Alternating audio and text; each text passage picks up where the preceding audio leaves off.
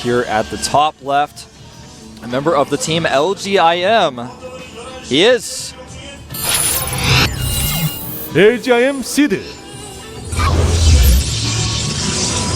Strong player known as the Illusionist Protoss. An incredible team behind him. His opponent down here at the bottom right cross spawns on Entombed Valley. Formerly known as Byun from Zenex. Now he is known as Ghost King Prime. Ghost King Prime. Completely skipping the Ghost today. I expect on Entombed Valley, if we were going to see a build like this, we will see it off of 2 base. More similarly to how we saw him execute Game 1 against Hero just earlier today. He may do the same one base play as well, though.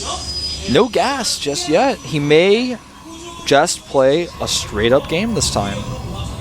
You know, I thought after seeing him do it 3 times in a row, he would do it a 4th. But no gases, and he will 1-Rax expand. And of course, we do see Seed sending out his probe to scout right now. Heading up that ramp. And at this point, Seed's going to say to himself, okay, so this time things are going to be a little bit more normal. This is going to be what I practiced against. This is what I hit on the ladder.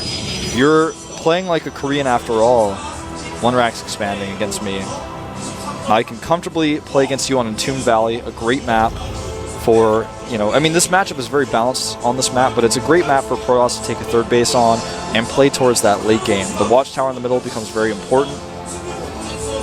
I'm really excited to see how the strategy of Seed will flesh out this time, because last time saw him go double Forge upgrades, very normal build. But he was just completely shut down by the surprise his opponent gave him. Now there are no surprises, no tricks. Everything is exactly what Seed is likely practiced for.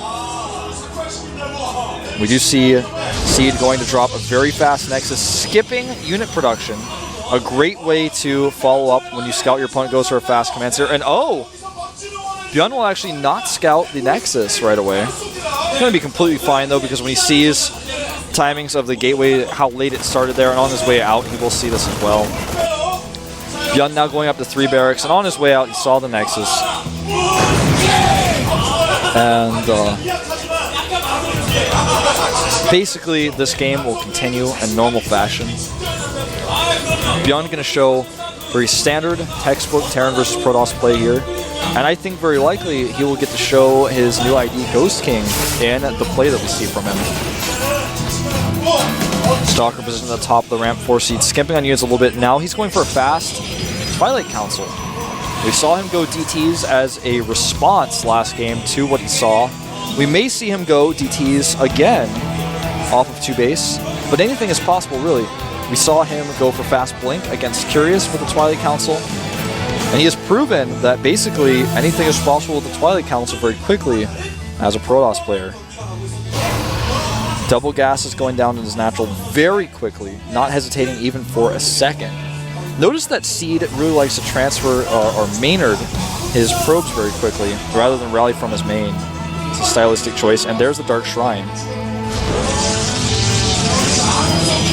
Now this is something that Byun may struggle to deal with a little bit. If he gets his turrets up, if he has, you know, good reaction time, he can. If he saves scans, potentially. But if he does not do any of these things, he's going to be in trouble. His wall-off at his ramp, in fact, is not a complete wall-off. He does not have a second depot to wall. So without that wall, it's going to be very easy for Seed actually just to run his DTs into the main base. And look at this, the probe coming out to drop the forward pylon. There's the engineering bay, but the engineering bay is to hit that very normal +1/2 medevac timing. It's not actually there for detection. Will he make the 1 turret? That's the biggest question here. That's going to determine how the mid-game of this game presents itself. Robotics is, or rather the robotics is on the way, but also the engineering bay is done, and there's the turret. Dark Shrine is almost done, but with the build time and walking time of the DTs, he will be completely shut down by this. No Warp Prism, and this is a ton of gas spent by Seed that will go to waste. Leaving the units in the bunker as well. Look at this timing. First DT on the way, turret's already done. This is going to make Seed struggle a ton to deal with the medevac push. With this much gas spent on this tech, I mean, look at this. Ghost King already knows. There's no way in. Now he's just going to save scans and go for that 2 medevac push with +1 and crush him.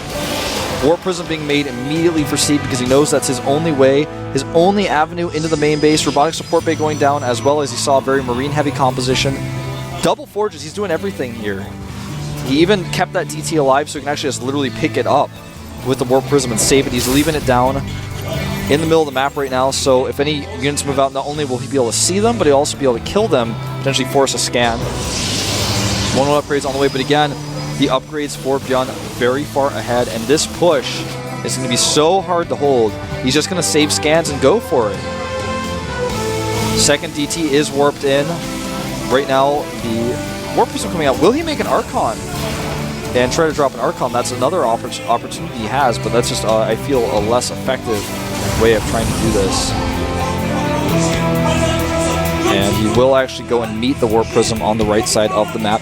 In the main base, there are no turrets. No turrets in the main base whatsoever, nor at the natural expansion behind the minerals.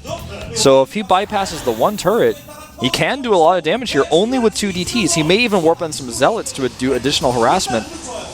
This is going to hit this at a timing where Byun wants to move out with his medevacs as well. So this is actually brilliant by Seed. Maybe 1 on the high ground, 1 on the low ground is something we could potentially see. But Byun, he's going to already have scans saved because he wanted to push here. So with these saved scans, he can actually just defend. But this buys a little bit of time for Seed to get those Colossi out. Those are going to be really important in holding this push. Warp Prism is warded off, forces additional turrets. Look at how many gateways Seed is powered up. This critical DT drop bought him a lot of time, but he is not out of the woods yet. Does have the 1 Colossus out, the second one on the way. His 1-1 upgrades are going to finish before this attack hits, so he's going to have an upgrade advantage. But the army size is just slightly in favor of Byun, and he also has the medevacs to allow him to drop and attack from multiple angles. Seed is in the best possible position he could be from here. Oh, and Byun had to use another scan, so he can actually use DTs defensively as well. He's going to meet him outside, so he cannot use the ramp against him. Great force fields from Seed, trapping Byun's army, and Seed may actually be able to turn his bad luck streak against itself at this point. Just able to defend this push, using the DTs extremely well to buy that time. All it takes is 1 Warp Prism. At this point, Byun now in a terrible position. Still up in supply, but Seed can easily take a 3rd base now. He's got the upgrade lead, and not just any upgrade lead, a huge upgrade lead. Vikings are on the way to deal with these Colossi, and these Vikings will also help him shut down this Warp Prism harass. So this will be the final Warp Prism drop that we see, if it even gets off. Look at these Marines are already in position. He might even just lose it if he's not paying attention. And Warp Prism goes down before the Vikings can kill it. 1 scan is all it's going to take this DT out. Nice micro by Seed. In the end, it's not going to be enough. 3rd base on the way as 2-2 commence for Seed. 2 Vikings at a time continue to be cranked out as a double drop is on the way for Byun. No 3rd command center in sight for this guy, though. Destroying the rocks now. Ghost Academy. A Ghost Academy for a Ghost King. 3 additional gates going down now for Seed, who starts charge. No Templar Archives just yet. Not going to be making the switch anytime soon, which is actually what Byun is already expecting with that Ghost Academy. The Viking count right now is already up to 4. It's about to have 6 with the 2 of these making. But the Colossus count is actually already up to 3. And this is going to be the biggest challenge for him in defending. The drop has been spotted, or Seed senses it. I feel he's spotted it with something. He's got to know. He's moving his units into position to defend this drop. And he's also very aware that his opponent does not have a 3rd base. So with that, he knows, okay, well, you don't have a 3rd and I do, so why would I ever actually move out? I'm just going to sit here and defend. That's the only way I could lose is if you actually drop me successfully or kill my 3rd Nexus. That's the only way I could fall behind from here, because in every other way, I'm ahead. Right now, 2-2 is finished for Seed as well. This is going to be a very, very scary moment for Byun, because any mistakes that he make in this type of situation can cost you the game. He is ahead in supply quite significantly. The worker count 62 to 57 in Byun's favor. And the army supply in Byun's favor, 121 to 91. Now remember, with these upgrades and with this many Colossi, it's going to be very difficult to engage. The sentry count is still at 5, and most of these sentries at full energy. Byun is actually pulling SCVs. He knows he has to commit to this. He has no intention of taking a third base. He scans, kills the observer, but he knows now everything has been seen. He has no time to waste. Seed needs to get a good concave, and he needs to get those zealots up front. He needs to do it stat, because his attack is barreling down on him. He's trying to decide how he wants to engage this. He cannot allow the Terran to get a better concave, or he will lose this game. Great force fields, and the Zealots coming in. The Vikings trying to do the best that they can. They do not get the first Colossus. The damage, it may be too much. Byun trying his best to break through. More force fields going down. The Vikings continuing to do their damage. This game is not over yet. Byun trying to circumvent this army. He still has Medivacs alive, and he's got a few more units rallied across, but with these Colossi here, I'm not sure if he can break through. Plus 3-3 on the way. Remember, the upgrades for Seed right now much better. The Colossi doing the damage from the back, and it looks like Seed with another warp-in of Zealots will absolutely hold this. And not only will he hold it, he has 3 bases against 2. He will have 3-3 against 1-1. And Seed, for the first time after losing the first game in a best of 3, will be able to come back and take the series after all. Byun now posturing in the middle of the map, trying to figure out what he's going to do next, because he has very little options left. With no third command center in sight, not even constructed, he's pulling more SCVs. He's going to go for one final attack. His Viking count 5 versus the 2 Colossi, but if he does not hit before 3-3 is done, without Colossi, I feel Seed could hold. Templar Archive switch already underway.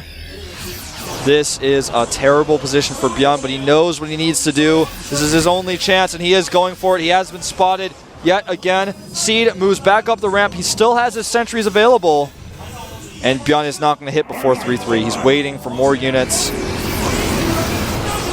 And I feel at this point he is doomed. Doomed to fail with this attack. He's going to try his best to make it work. If he can get a good concave on either side, it's going to be good for him. I like this Dark Templar edition. Remember, the Zealots are not always positioned correctly. This is a great position for Byun, but he actually hesitates. Byun, great posturing here, but the longer he waits, the stronger Seed becomes, even with positioning. This is such a Zealot-heavy army. He needs to have the Zealots in front. He cannot allow the Terran to have a better concave. The Vikings coming in here, and this is actually a decent position for Byun. But 3-3 for those Zealots is done. The Stalkers falling rapidly here.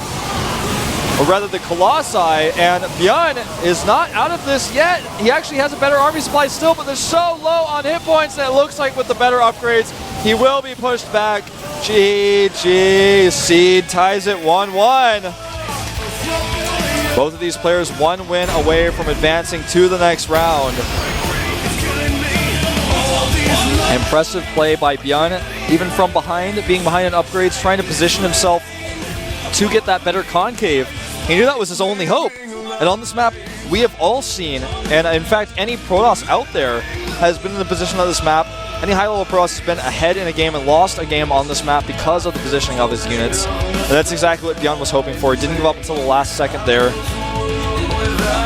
And Byun surprisingly looking more calm after this game than any of the other games he played. And the question is, does he go for a tank build to close things out, or does he go for bioplay again? Play a 1-Rax expand play straight up, play like a Korean Terran? That is the question. And we're going to have an answer very soon. Seed with a brilliant hold there, great upgrade timings, never overextending, being very aware. And all he needed to do was defend his third base, continue his upgrades, which he knew were vastly ahead of his opponent, and he would win.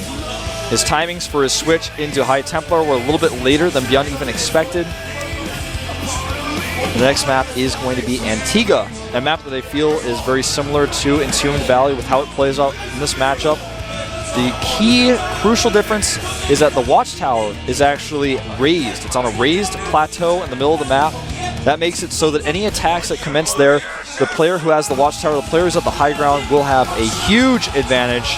So with siege tank play that we may see from Byun, that could come to be something that Seed is concerned about, especially with the third base position on this map. If you siege the bottom of the ramp, it's very difficult for the Protoss to even get down to that third base location. You can cut off reinforcements from the third as well. This is a stressful situation, man. Like I said, only one of these players will be advancing to the next round. This is the final game of the winner's match. Whoever loses will have to play against the winner of Curious and Hero.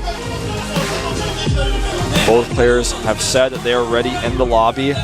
You know, this is the moment that every pro gamer has to go through, no matter whether you're playing at MLG, whether you're playing at a LAN, whether you're in an open bracket, whether you're in a qualifier bracket, a champion bracket. You have to sit there in the booth, and both players have said they're ready, and the host hasn't said start.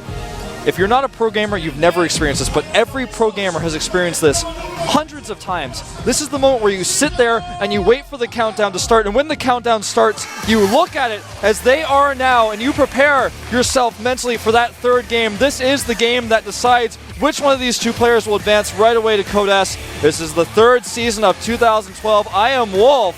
I'll see you in the game. I see red, but I'm not even stopping.